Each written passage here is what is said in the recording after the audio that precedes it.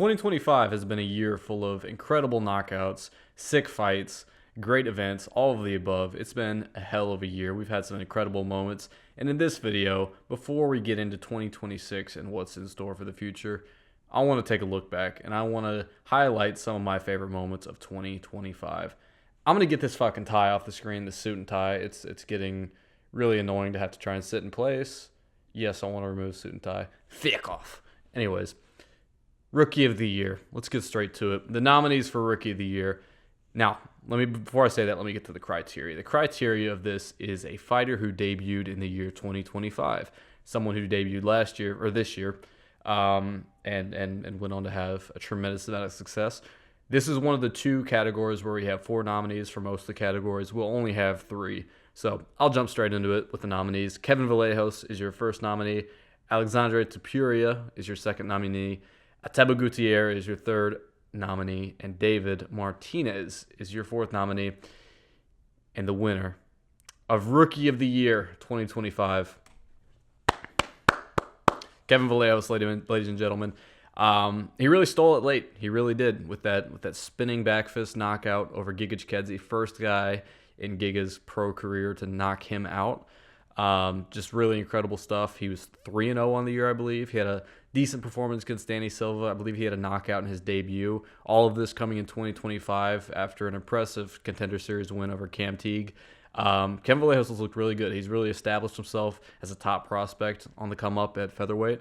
Looked really, really good against Giga Chikadze. Round 1 was a little bit tough, but got a devastating knockout in round 2. Found his place in the top 15, and I think he's going to keep rising up. Fights a lot like Ilia Topuria. Doesn't quite have the power that he does or the grappling, but in terms of style and in terms of the boxing, the rip and dip style, I mean, it's nasty. Kevin Vallejos is really, really good. So congratulations to him for Rookie of the Year. Of course, we'll be mailing him his award in the mail. You know, me and Kevin, we keep in touch, so I'll be sure to send it his way. Moving on to Unk of the Year. Now, this is the flip side. This is the polar opposite of Rookie of the Year. This is someone who seemed like they were on the downhill, seemed like it was over, but, man, they really pulled it out of the bag this year. Our nominees for Unk of the Year: Michael Johnson, with his win over Daniel Zellhuber. Wasn't very active this year. You know, Unks aren't the most active. They're old. They got brittle bones. It's tough for them to be too active. So, you know, a couple of these guys only got 1 fight this year, but that's okay. We're still going to acknowledge them. Michael Johnson, though, he is our first nominee for Unk of the Year. Our second nominee for Unk of the Year is Raoni Barcelos with his stunning upset over Peyton Talbot. Crazy at the time. Went on to get 2 more wins this year. He beat Cody Garbrandt and he beat Ricky Simone. He was underdogged in, I think, all those fights. I think he was an underdog in all 3 of those. And then, of course, Tim Elliott. I mean, that Chicago card had one of the biggest upsets of the year over Kai Asakura. People thought he was being a lamb to slaughter in that one, and he pulled it out. He was ahead in round 1, was winning round 2, and found a guillotine submission late in the round 2. Very impressive stuff. So without any further ado, we'll go ahead and announce our winner, and that is Raoni Barcelos, ladies and gentlemen. I mean, who else could it be? Raoni Barcelos is no doubt the most deserving of this award, in my opinion. I mean, he has crafty vetted his way all throughout this year. Got the win over Peyton Talbot on the first pay-per-view of the year. A crazy upset. He was like a plus 1,000 underdog. I think he was the biggest odds-on underdog on the year to go on to win. Let's see, what else? He had that win over Cody Garbrandt. Fought through a little adversity, showed off his craftiness. You know, got knocked down early in round 1, but fought back, won 2 rounds of that fight, and got a decision. And he beat Ricky Simone to end the year. Forget what card that was on. I think it was on some Apex card, but he beat Ricky Simone. That's 3 wins, 0 losses on the year for Unk of the Year here in Raoni Barcelos. I think without a doubt he is the most deserving of this award. We'll move on to Upset of the Year. Now, my camera is a little bit too big for this tab or for this category. Let me shrink it down so you can see the full names. There we go. Petr Yan versus Merab Dvalishvili is the first nominee for this award. I think, now odds-wise, it's not the biggest, obviously. There's been a lot of bigger upsets when it comes to the betting odds, but nobody was betting or picking Petr Yan to win this fight, bar a few people. Every breakdown I saw of this, they were going Merab Dvalishvili. We all saw how the first fight went. It was kind of a no-brainer to pick Merab, and Petr Yan shut him down, arguably won 50-45. A couple of judges scored at 49-46. One even scored at 48-47, which is disgraceful. But Petr Yan arguably won all 5 against Merab Dvalishvili. At worst, he won 4 of the 5 rounds. dominant performance, shut down his grappling attempts, pieced him up on the feet, ripped some big shots to the body, hurt Merab a whole bunch. It was a complete masterclass from start to finish. Prime Petr Yan stuff right there. Very well deserving of this award. Second nominee, Ethan Ewing versus Malcolm Wellmaker. Now, Ethan Ewing, he was a short notice replacement for, God, who was it? It was, who was it? Who was the guy? Was it Cody Haddon, I think? Yeah, Cody Haddon. He was a short notice replacement for Cody Haddon on that Madison Square Garden card. And when that fight got made, everybody was saying, oh my goodness, Ethan Ewing, who is this guy? He's going to get put out cold by Malcolm Wellmaker. And they were right to think that. And early in that fight, there was some trouble for Ethan Ewing. He got caught with a big right hook, or maybe it was a left hook. I can't remember. I think it was a left hook because Malcolm Wellmaker loves that lead left hook. They got caught really bad with that, kind of sank down for a minute. But man, he rallied back in that fight, and he beat the brakes off of Malcolm Wellmaker, landed a bunch of head kicks, was getting nasty, landed some big shots in the pocket. Ethan Ewing was destroying Malcolm Wellmaker as this fight went on. Ended up winning a 29-28 decision. I think maybe one of the judges scored at 30-27. I can't quite remember, but Ethan Ewing got it done regardless. One of the biggest upsets of 2025. And the last nominee, as I mentioned earlier, the biggest odds-on upset of the year. I think Raoni Barcelos was close to, if not at a plus 1,000 underdog. I mean, it was shocking what happened. He went out there and dominated Peyton Talbot in the grappling and showed levels. Now Peyton Talbot's improved since then, so that only makes that win for Raoni Barcelos look better since then. So we'll get to the winner here for upset of the year. It is, drumroll please, Petr Yan. I know he wasn't the biggest underdog in terms of betting odds or anything like that.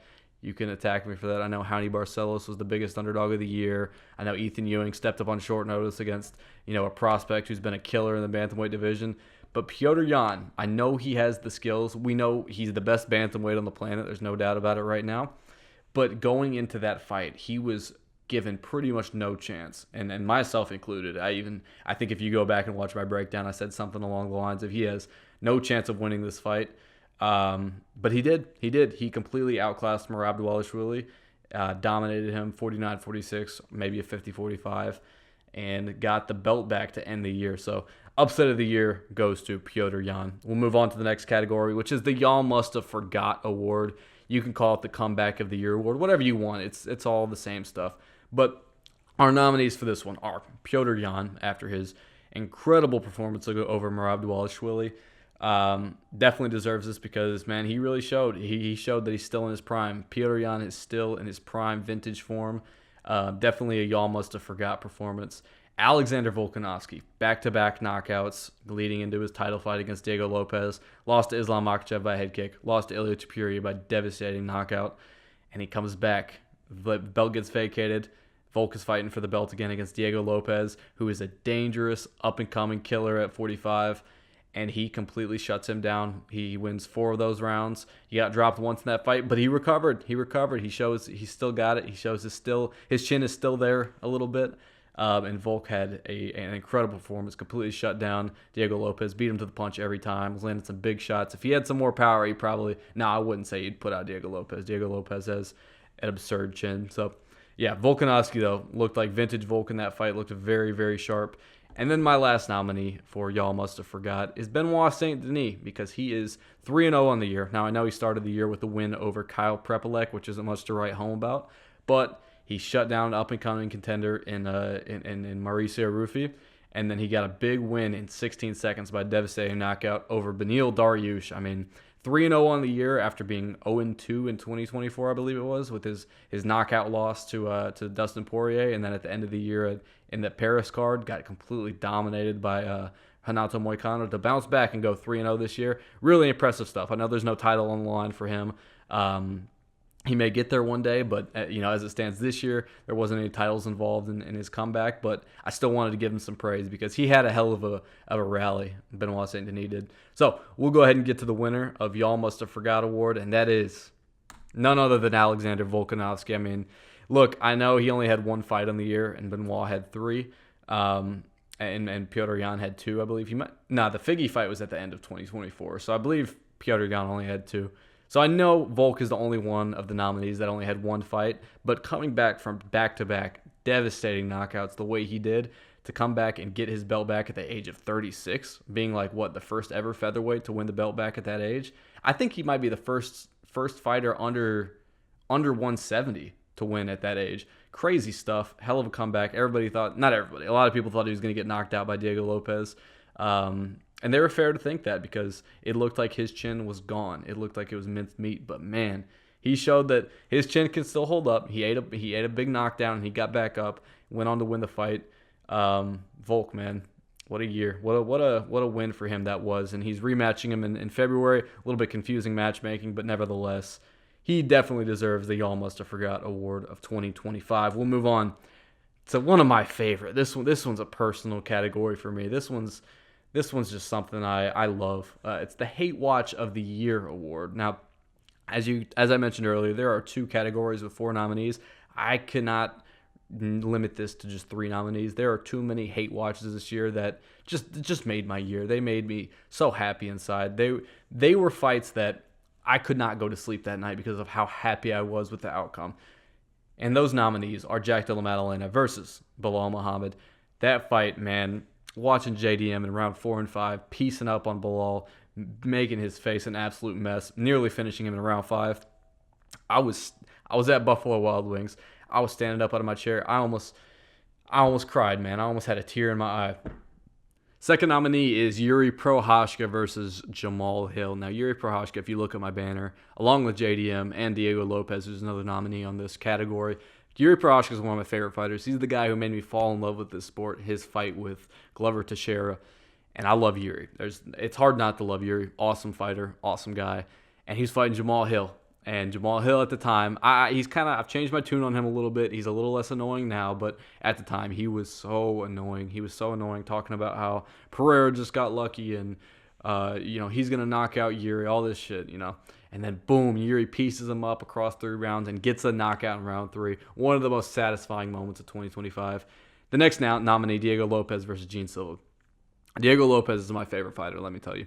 I love Diego Lopez from his debut against Movsar Evloev, where I gave him no chance. I had another YouTube channel I did with my friend where we were talking about how Movsar is going to do whatever he wants to this guy. And Diego Lopez nearly went out there and won that fight, had Evloev in a ton of danger, and he has made it all the way to the top of the featherweight division. Hasn't won the belt yet. He's going to have another shot at it soon. But he's become a top contender. He's become a staple at the top of featherweight. And he turned away a fighter I despise in Gene Silva. I hate the antics. I hate some of his beliefs. I'm not going to get too much into that. If you know, you know.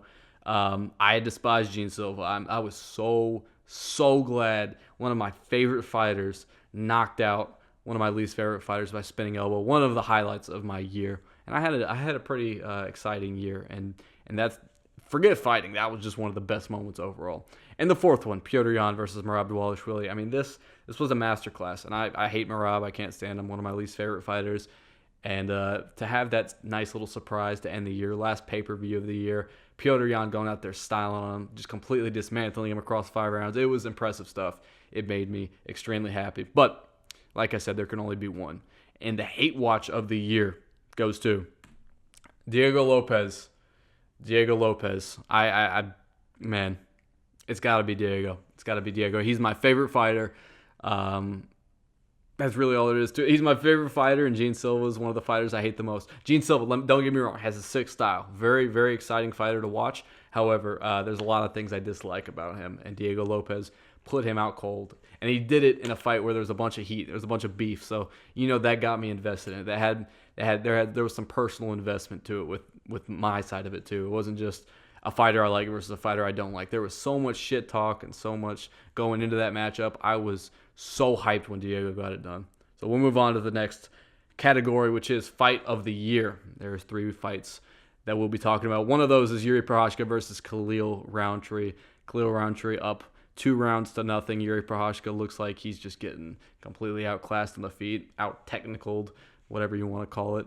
And Yuri Prochazka does what he does best. He just swarms Roundtree, finds the finish in round 3, devastating knockout, one of the most exciting fights of 2025.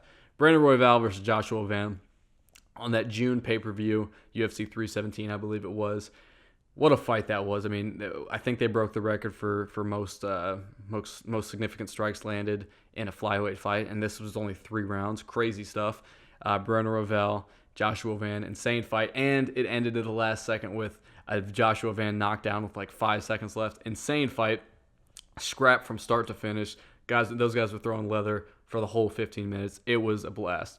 Diego Lopez versus Gene Silva. Now, I just mentioned how much I hate Gene Silva, but I got to give him his props for bringing it in this fight. It was a sick fight. Round 1, he got dominated. He got completely schooled on the ground, beat the fuck out of with the elbows. Bang, bang. Those 12-6 elbows to the top of his head had him looking like an impulse grenade. It was a nasty scene for Gene Silva in round 1, arguably a 10-8 round for Diego Lopez. But in round 2, Gene Silva starts to rally. He's starting to put it together on the feet, land some big shots on Diego Lopez. But then in round 2, at the end of round 2, the devastating spinning elbow knockout. Just an insane fight from start to finish. All 10, like 9.5, whatever it was. I think it was like 9 minutes and 45 seconds of it. Peak. It was cinema. That fight was outstanding. So got to give my credit to Gene Silva as much as I don't like the guy. He brought it that fight. So we'll get to the winner. And without further ado, that is Joshua Van versus Brandon Royval. I mean, it had to be these two. It was too good of a fight to not be fight of the year. Just a scrap for 15 minutes straight. Sick knockdown at the end from Joshua Van. Significant strike record. All types of stuff. It was just a great fight. This is what you watch MMA for. This is the type of fight you watch MMA for. Joshua Van versus Brandon Royval. We'll move on to the next category, which is Event of the Year. Our nominees are UFC 317. That was the card. I won't name every fight on the card, obviously, but that was the one headlined by Ilia Topuria and Charles Oliveira. UFC 320, which was headlined by Magomed Ankalaev and Alex Pereira, where Pereira got it done by round 1 knockout. And UFC 323, headlined by Petr Yan and Rob Dvalishvili. Go check out the full cards if you want, I guess. I'm not going to list every fight on the card. Like I mentioned, you can go look it up and see. Let me know whatever you think in the comments. But my winner of Event of the Year is UFC 323. What an incredible card it was to end the year. Maybe it is a little bit of recency bias. I don't know.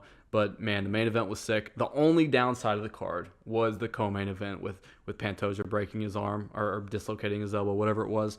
But the prelims of that fight, that had Iwo Baranushki versus Ivo Aslan. That had a bunch of other crazy finishes on that card. I mean, the prelims were insane. And then we got to the main card, and it was absurd, too. Just a stacked card overall. Very crazy stuff. Yeah, in my opinion, no doubt card of the year. We'll move on. KO of the year. Now, this is a big one. Our nominees for this one, Quillen Salkild versus Nasrat Haqparast.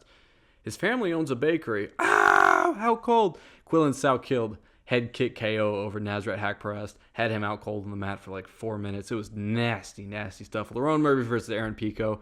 Of all the spinning elbow KOs this year, I think this was the nastiest one. I mean, he perfectly timed Aaron Pico as he was lunging in, and he just knocked him out bad with a spinning elbow, especially after, Pico was on the gas early in round 1. He looked like he was swarming Lerone Murphy. Murphy stayed composed, and then boom, landed that devastating spinning elbow, knocked Aaron Pico out cold. And then Mauricio Rufy versus Bobby Green. Mauricio Rufy with one of the coolest spinning wheel kicks of all time, I mean, this one's up there with like Barboza versus Terry Edom. This is one of the best knockouts of all time, and it's one of the most spectacular spinning wheel kick knockouts. And the way he set it up with throwing the left hand and then and using that to carry his momentum and spin full power with the wheel kick. Just nasty stuff. Caught Bobby Green leaning back with his hands down, as he always is, and he made him pay for it. So, the KO of the year winner is Mauricio Rufy. It's got to be, man. When this knockout happened, I think everybody who witnessed it knew, without a doubt, that we were going to be talking about this knockout as KO of the year when the time came. It was so picture perfect. I mean, I think the left hand made it even nicer, too. He threw the left hand, made Bobby Green lean back with his hands down, and he used that momentum to carry it into the spinning wheel kick, landed flush on the head of Bobby Green, and he sank down to the canvas out cold. One of the most devastating knockouts of all time. One of the craziest knockouts of all time. I was losing my mind when I watched this. I don't think I had, fandom aside, I think the knockout I went the craziest for was Diego Lopez over Gene Silva. That's the reason why it won Hate Watch of the Year. But in terms of just the spectacularness of a knockout, I think this one got the craziest reaction out of me just in terms of that. So Yeah, Mauricio Rufy, his knockout over Bobby Green, 100% I think deserves it.